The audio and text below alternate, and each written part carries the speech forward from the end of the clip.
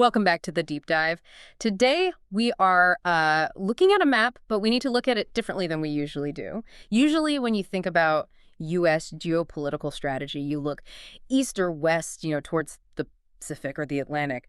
But the documents we have in front of us today, they're forcing us to look north, straight up. It's the one direction that for the better part of the last century, we could essentially ignore. Yeah. It was frozen, it was quiet. And it was safe. Exactly. Until it wasn't. And we're talking, of course, about Greenland. If you've been following the news cycle in this early part of 2026, you know the rhetoric out of Washington has shifted dramatically. It's not that off-the-cuff, maybe we should buy it comment from 2019 anymore.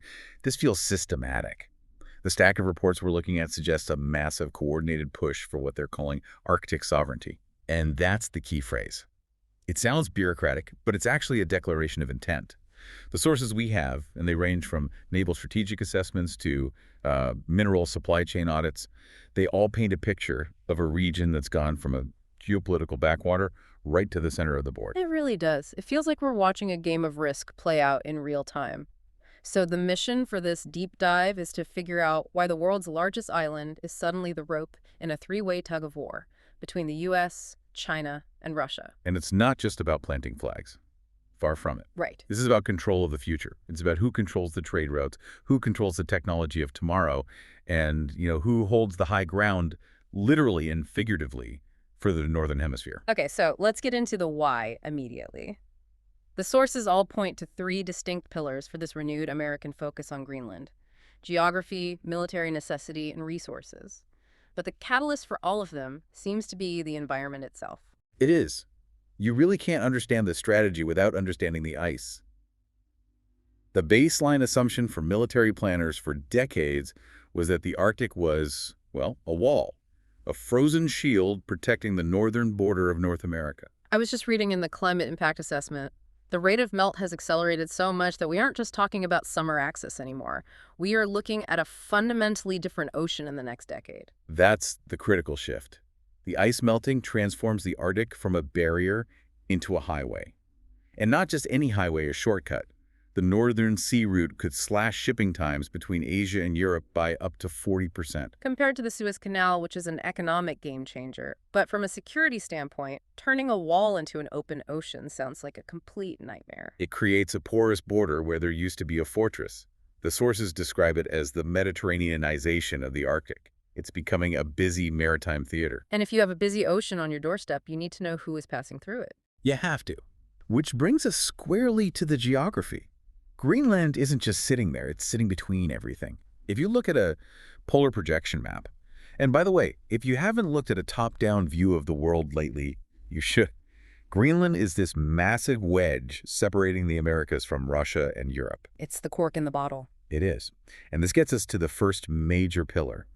The military fortress. The U.S. isn't starting from scratch here. We have history.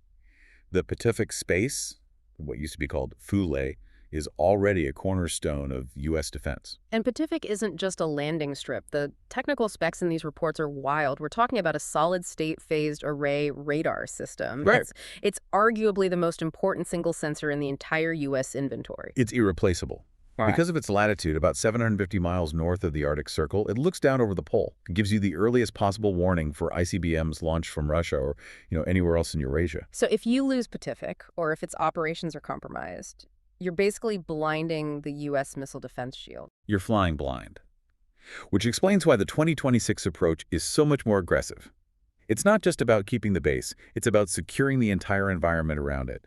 The reports mention the GI-UK gap extensively. Which is a term that feels very Cold War, but it seems to be back in fashion. It never really went away, but the stakes have definitely changed.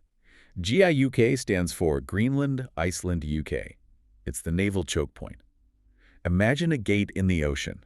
Okay. For the Russian Northern Fleet to get their submarines into the Atlantic, to threaten the U.S. East Coast, or disrupt supply lines to Europe, they have to pass through that gap. And during the Cold War, we had that gap wired with sound surveillance systems, OSOSIS lines, to listen for Soviet subs. But the naval analysis here says the new generation of Russian submarines, the Yasin class, are much quieter, much harder to track. That's the worry. Russia's bastion defense concept is expanding. They're pushing their defensive perimeter further and further out. So the argument Trump's administration is making, according to these strategy docs, is that relying on the current setup, where Greenland is an autonomous territory of Denmark, leaves the security ambiguity. And ambiguity is the enemy of defense planning. Precisely. They argue the existing treaties might not hold up under intense pressure, or, say, hybrid warfare tactics. What if a rival power starts messing with the infrastructure around the base, or jamming communications from nearby sovereign soil? The U.S. has its hands tied. So the logic is, we can't just rent the apartment and hope the landlord fixes the locks. We need to buy the entire building to make sure the perimeter is secure. That's a very, very apt analogy. The administration sees that lack of direct control as a vulnerability they just can't tolerate anymore. Not in an era of hypersonic missiles where your reaction time is measured in minutes. Not ours. But, and this is where the plot really thickens, you don't make a geopolitical move this big just for radar and subnets.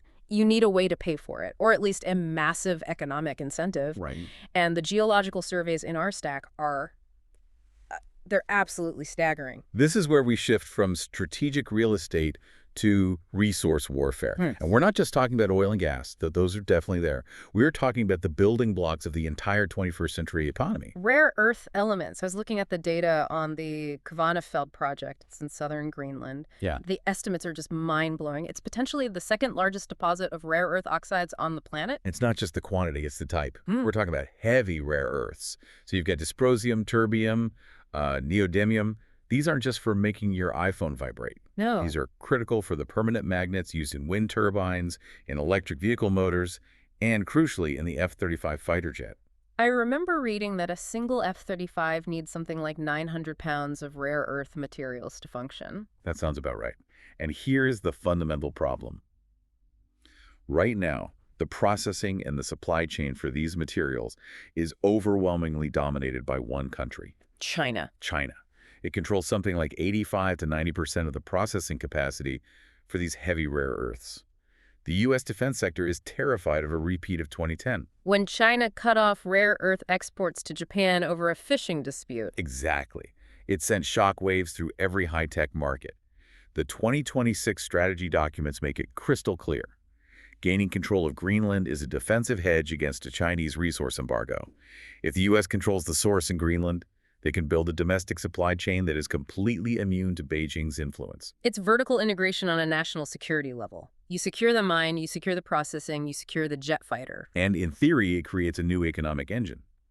Instead of Greenland being dependent on subsidies from Denmark, the argument is that these mines could make it an economic powerhouse, fully integrated into the U.S. industrial base. But of course, the U.S. isn't the only one who can read a geological survey. This brings us to the rivals. We've mentioned China's dominance in processing, but they've been trying to get a physical foothold in Greenland for a while now. They have, and this is where the branding gets interesting. A few years ago, Beijing started referring to itself as a near-Arctic state. Which I've always found hilarious. I mean, Beijing is about as close to the Arctic Circle as New York City is. Geographically, it's complete nonsense. But geopolitically, it's brilliant. It's their way of saying, we have equity here. And unlike the U.S., which tends to show up with radar dishes and air bases, China showed up with checkbooks. The Polar Silk Road? That's the one. They proposed building airports in Greenland. They invested in mining companies. In fact, a Chinese firm held a big stake in that Kvanefjeld project we just mentioned. They fund scientific research stations. And that scientific research label is doing a lot of heavy lifting there, isn't it? The intelligence reports suggest those stations are probably dual use. Oh, almost certainly. If you can track ice flows and weather for science, you can track submarines and missile trajectories for the military.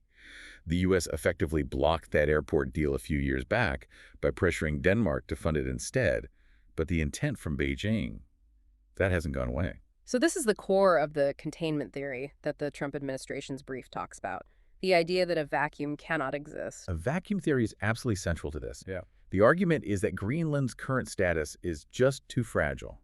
If the U.S. doesn't step in and firmly bring Greenland into its orbit, China will just continue its salami-slicing tactics.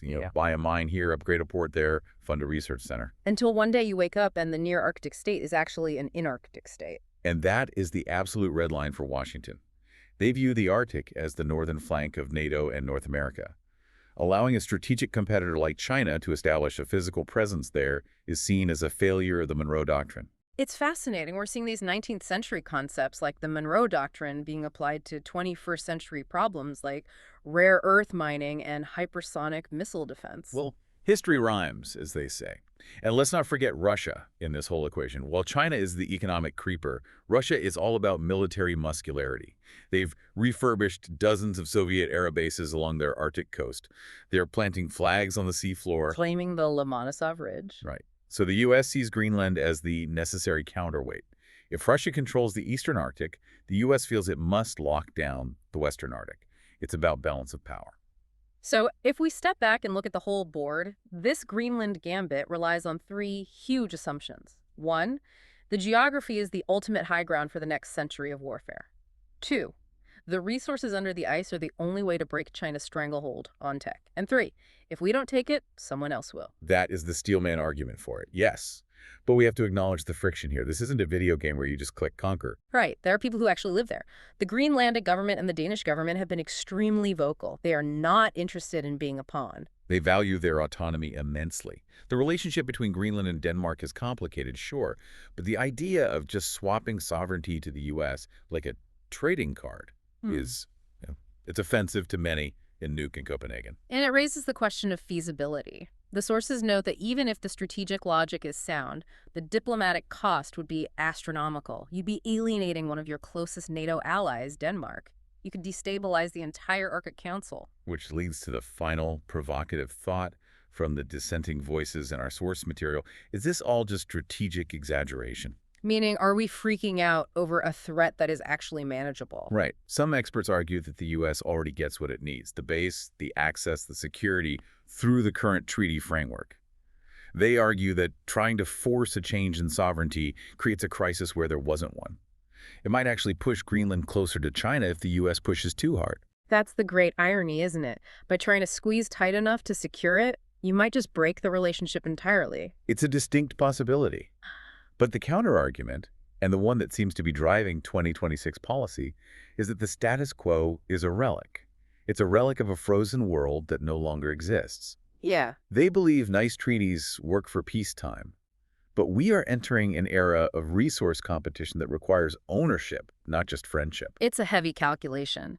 Buying Greenland sounds absurd on a bumper sticker, but when you look at the radar coverage, the shipping lanes, and the neodymium, it starts to look a lot like cold, hard calculus. And that's usually how history is made. Not by jokes, but by cold calculus. Well, next time you fly over that big white sheet of ice on your way to London, just remember, you're looking at what might be the most valuable real estate on Earth. And the most contested.